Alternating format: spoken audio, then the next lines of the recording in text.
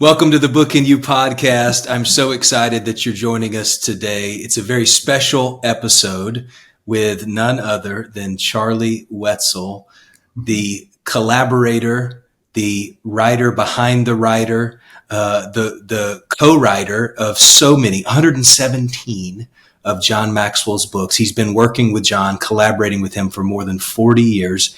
And today we get to learn from him and get to go a little bit behind the curtain on what it looks like, not only to start a book, but also what it takes to finish a book.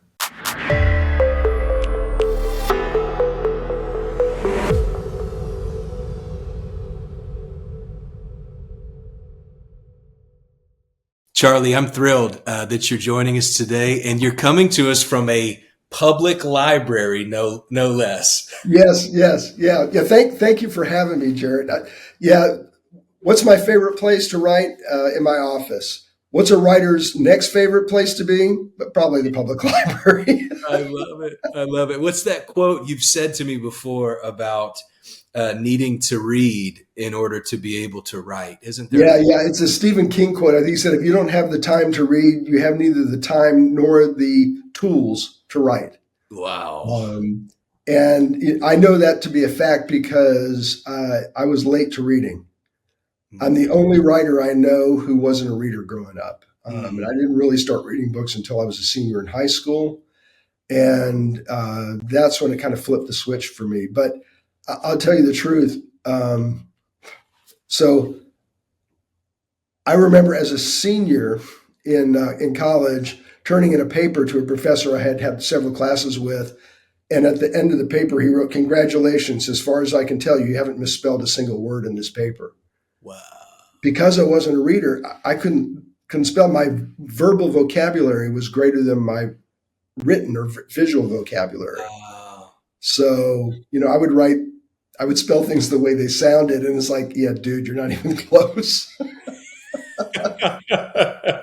Well, stacking bricks, and Yes.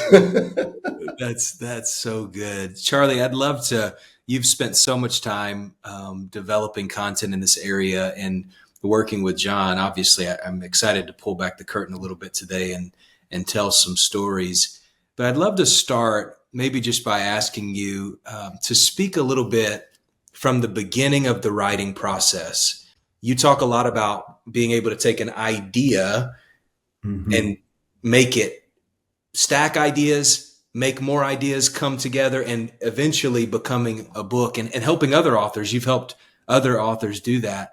Yeah. Talk a little bit about the beginning of the process. What is it like to get started? Speak to our listeners out there that are considering, man, they've got an idea or two. What should they do from that point? Well, I think, I've had a lot of ideas that sounded really great to me. And then I looked at them a few days later and I went, what was that? I mean, I've got this little thing. This is my little idea book that I can stick in my back pocket or my jacket pocket. And, I scribble stuff down in here. This is my one for fiction. And there are a lot of times that I write down an idea. Well, first of all, you need to write it down, because if you got it in your head, a lot of times you can forget it. But a lot of times I write it down and I look at it later and I either go, I don't know what I meant, which means I didn't write it out fully enough. Or I go, that sounded brilliant when I thought of it. That's a crap idea. Yeah, exactly. So I think the first thing you want to do is give it some time and test it and really think it through. Then the next thing I think you want to start thinking about is, okay, does it have enough depth to it? It's one thing to be able to have an idea and give a 60-minute talk on it, or to write a blog post. Well, I don't know what the current recommendation is on a blog post, if they're really talking short, like 200 words or 500 to 800 words or whatever that is. If you're going to write a book, you've got to write 50,000 words or 60,000 words or 70,000 words. So I think you've got to ask yourself, okay, is this idea a podcast? How much is there? Or is it like a keynote?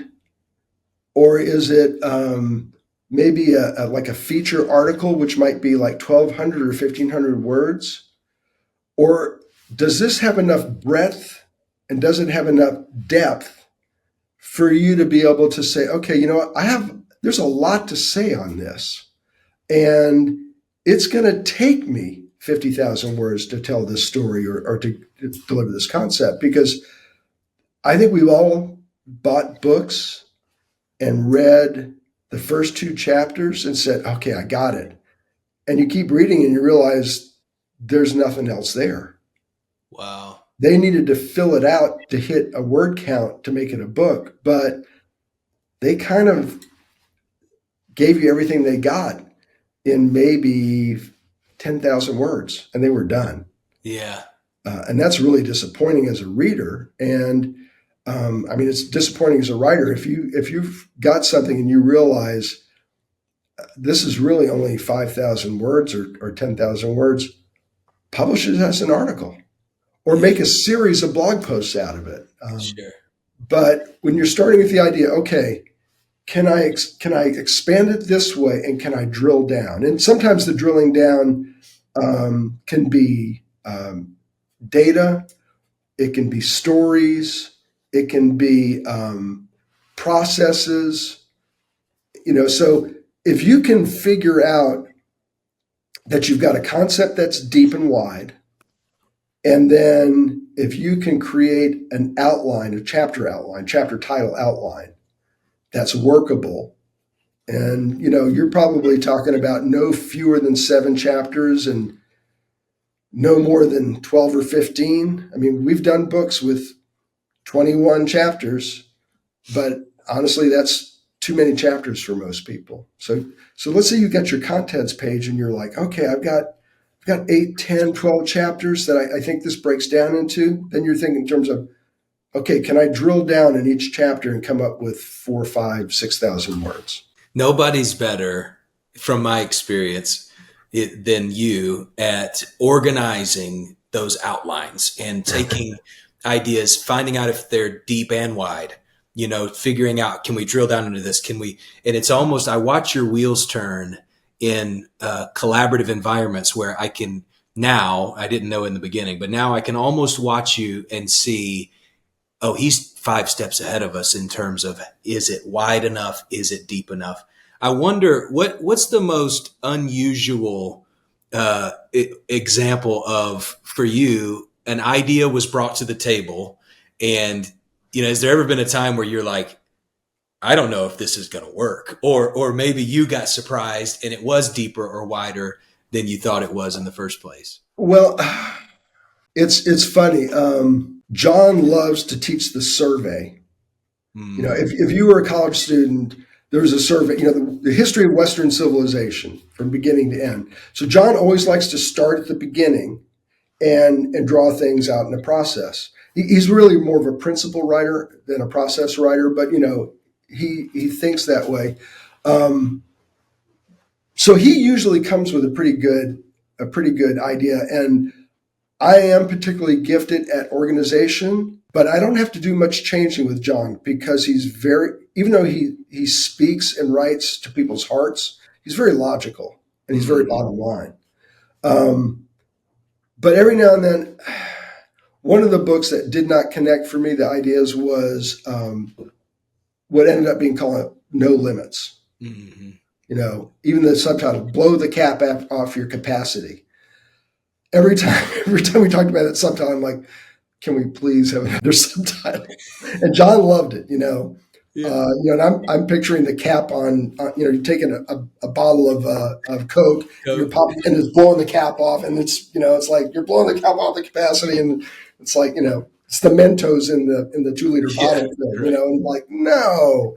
So, but that was John's thing, and that book worked.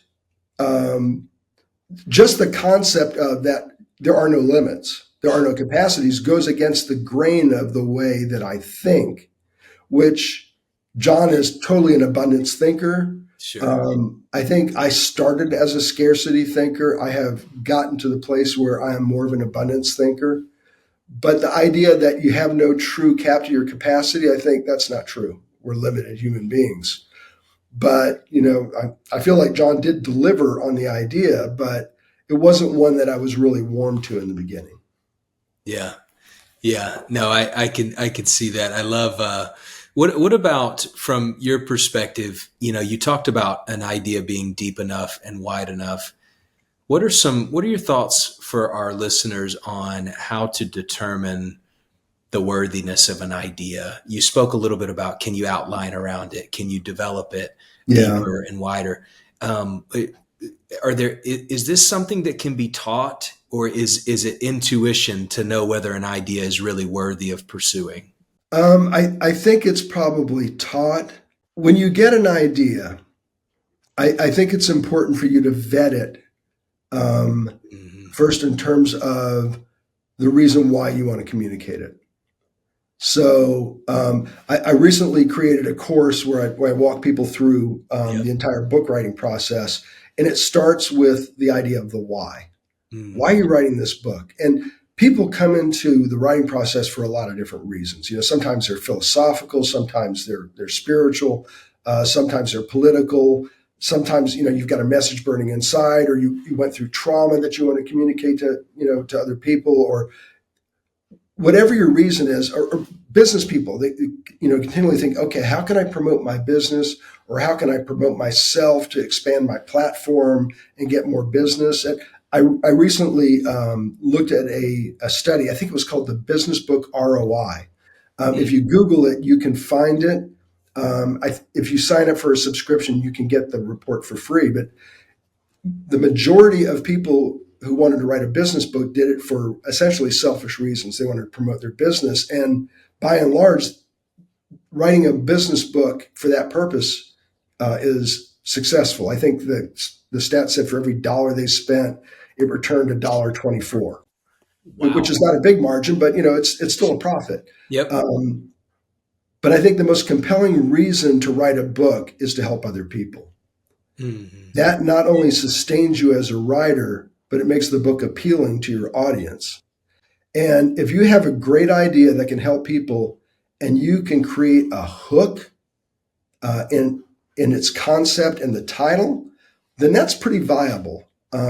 If all you have is a concept with kind of a flat idea, or a concept that you can go to your bookshelf and pull 10, 15, 20 books on that subject off the bookshelf, and you haven't found a way to differentiate it and make it unique, it's not going to appeal to people.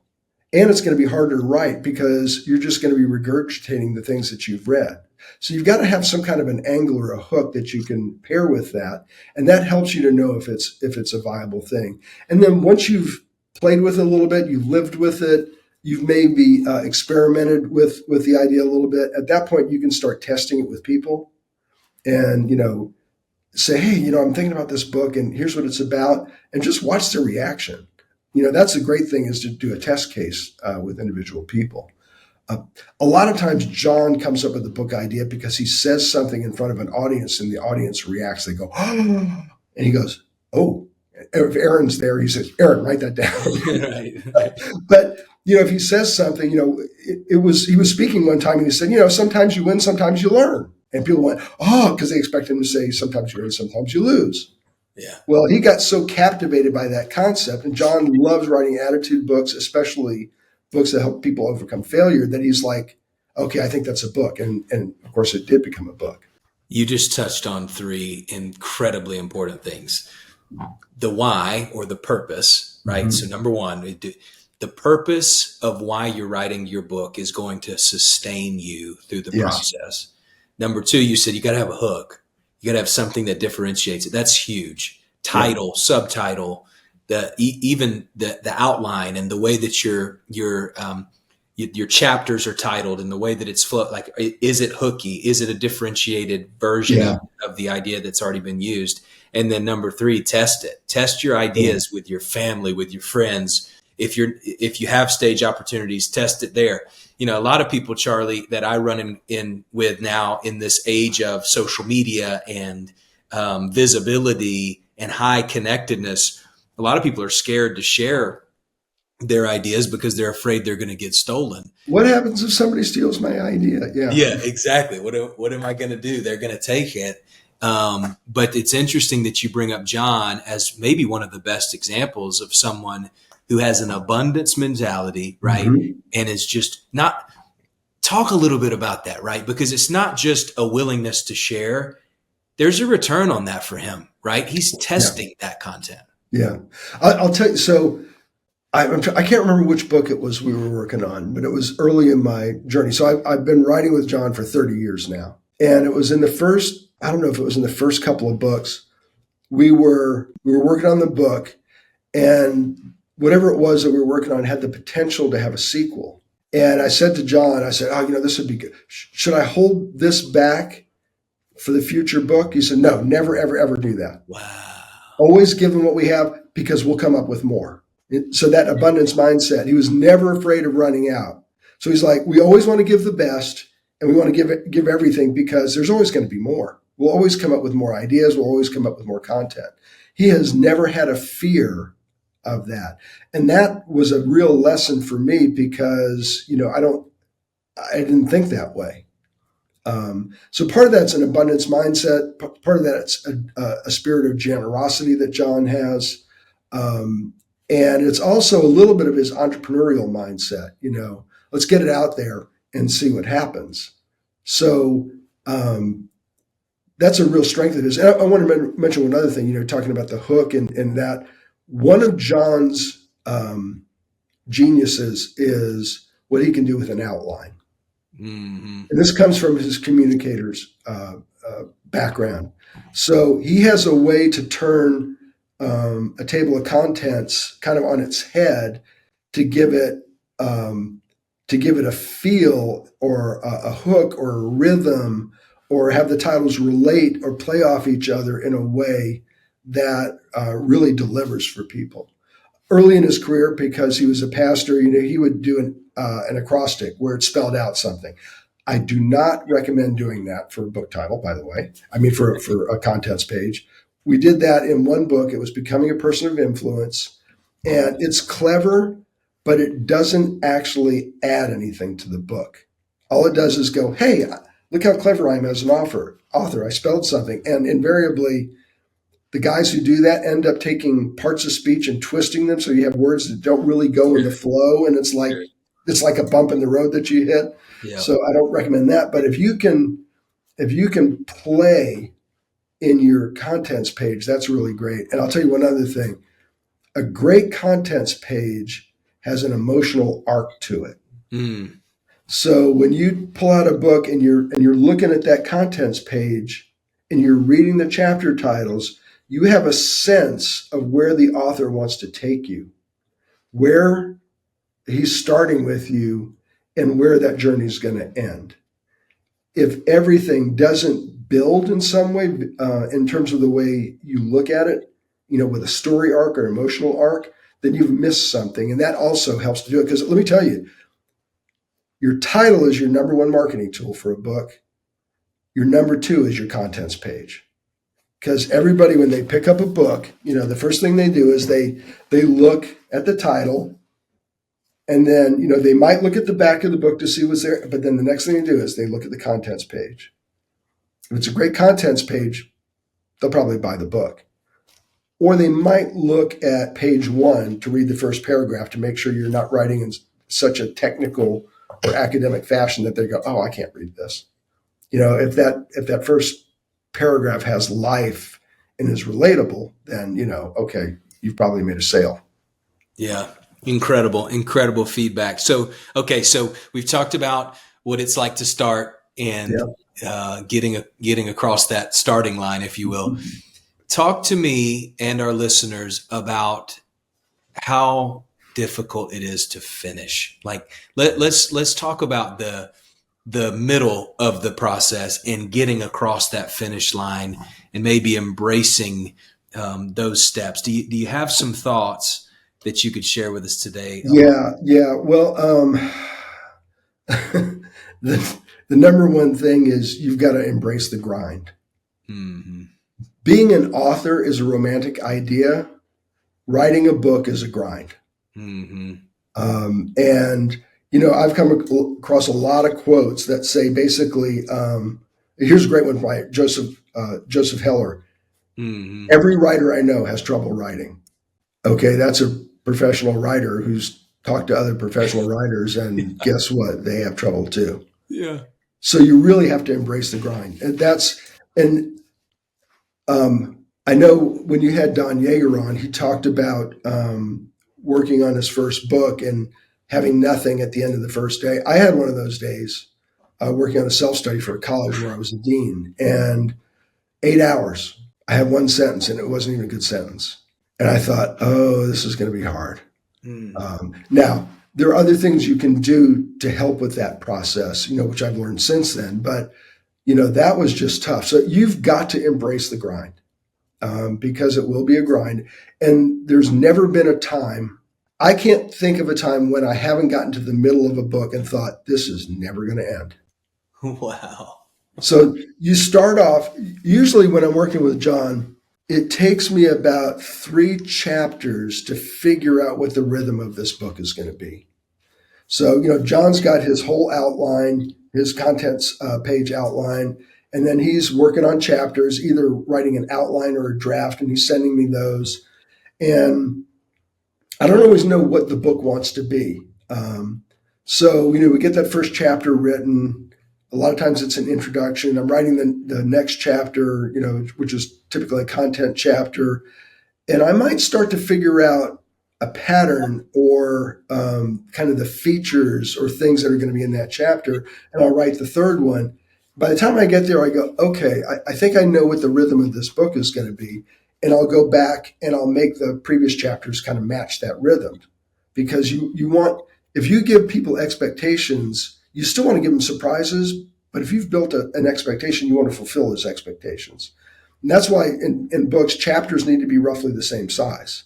If you bring a book to a chapter and you've got a 40-page chapter and a 5-page chapter, they're going to send it back to you. In nonfiction. Fiction, you can do anything you want.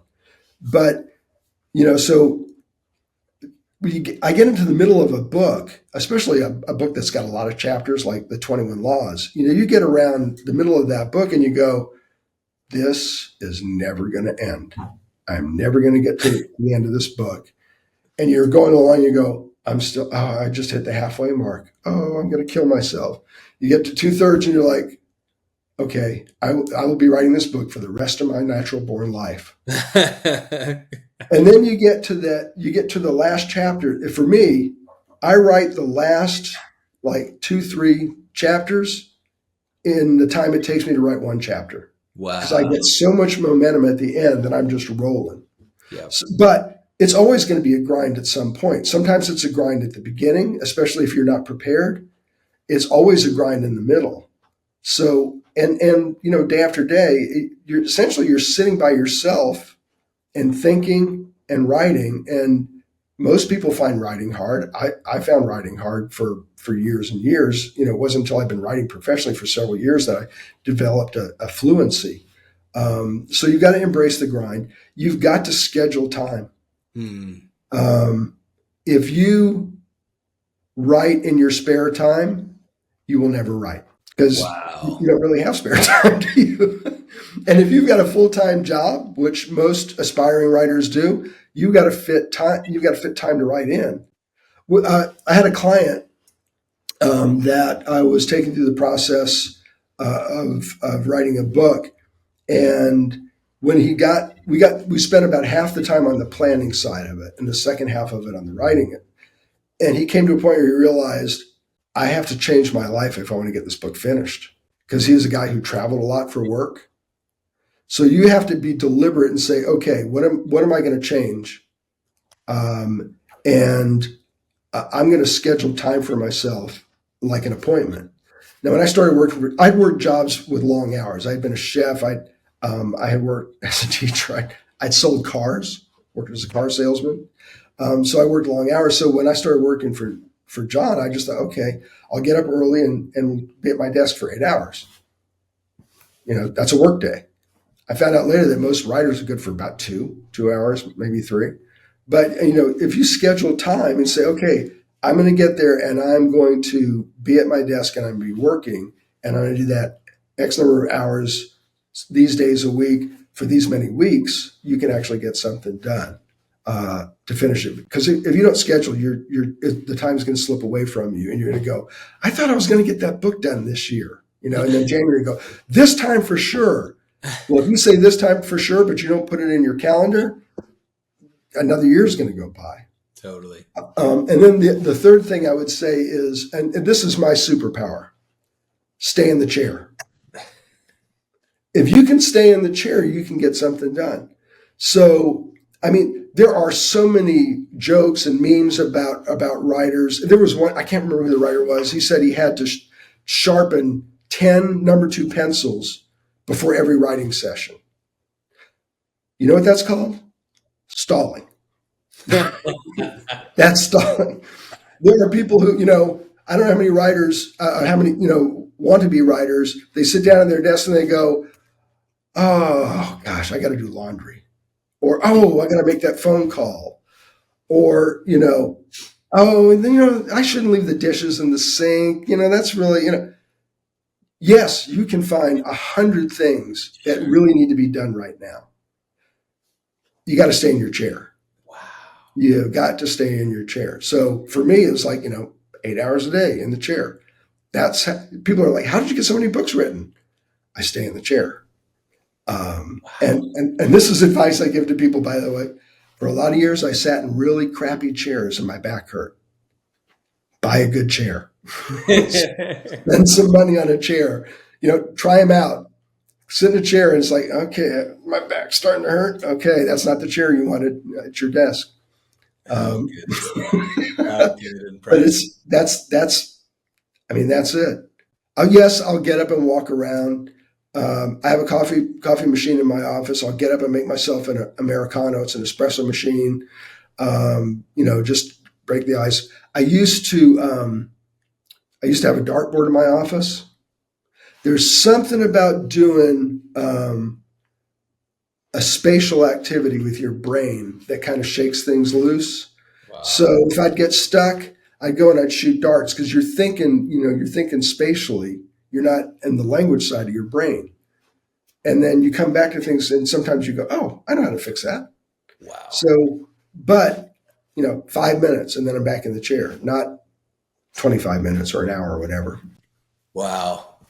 Embrace the grind, schedule time, stay in the chair. Yep.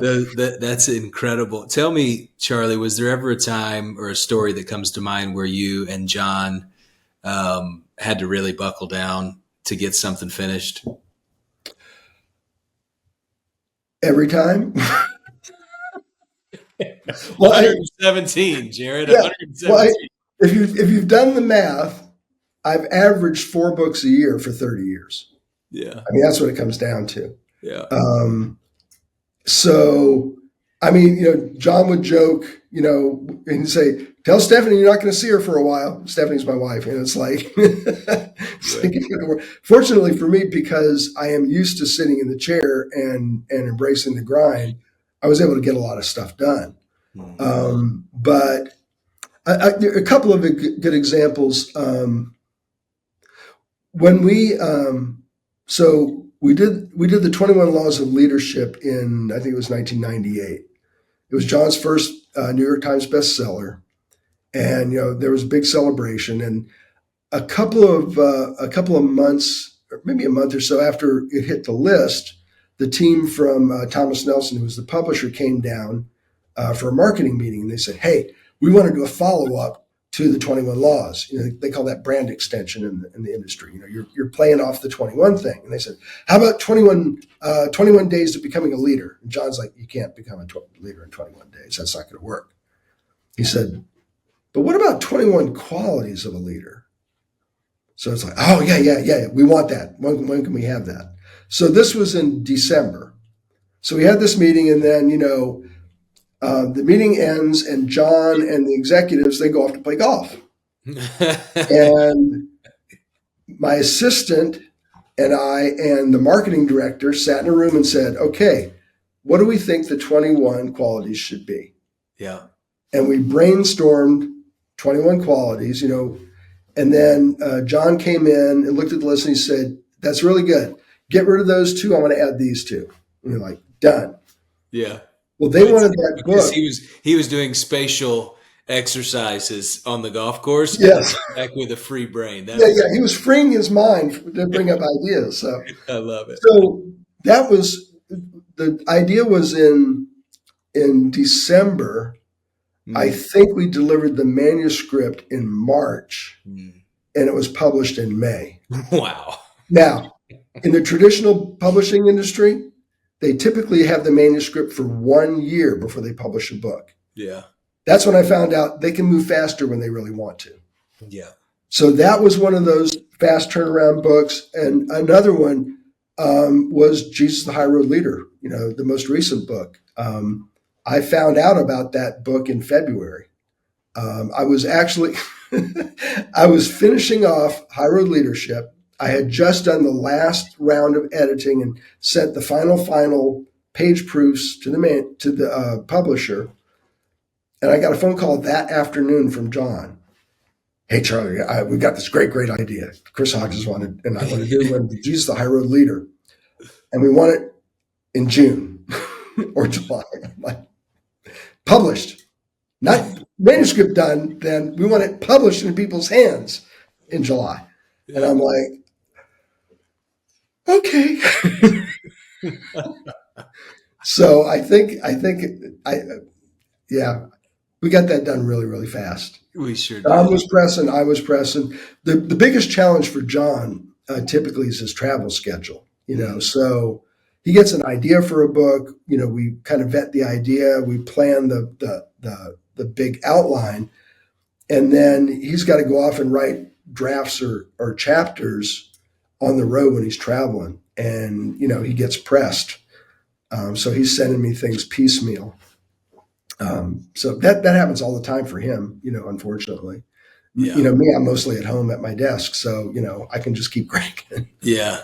Yeah. Well, that's so helpful. Thanks for kind of pulling back the curtain too there for a second. But I just want to go back to, those 3 secrets to really being consistent. Embrace the grind.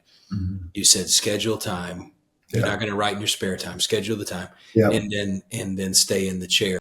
I want to make something available to our listeners.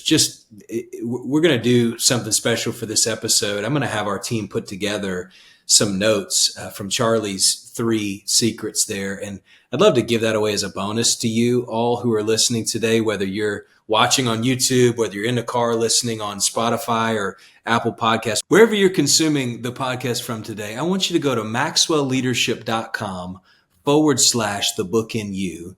And our team's going to have a special bonus resource there for you, unpacking a little more of these 3 points, these 3 secrets that Charlie just shared with us. And that'll be free as our bonus today from the content that Charlie's sharing.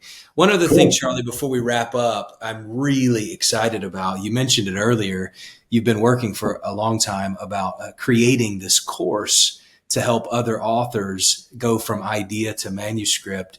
I'd love for you to share with us a little bit about what you have going on. And I know you've already helped several authors get their book out there. So talk to us about this course that you've developed.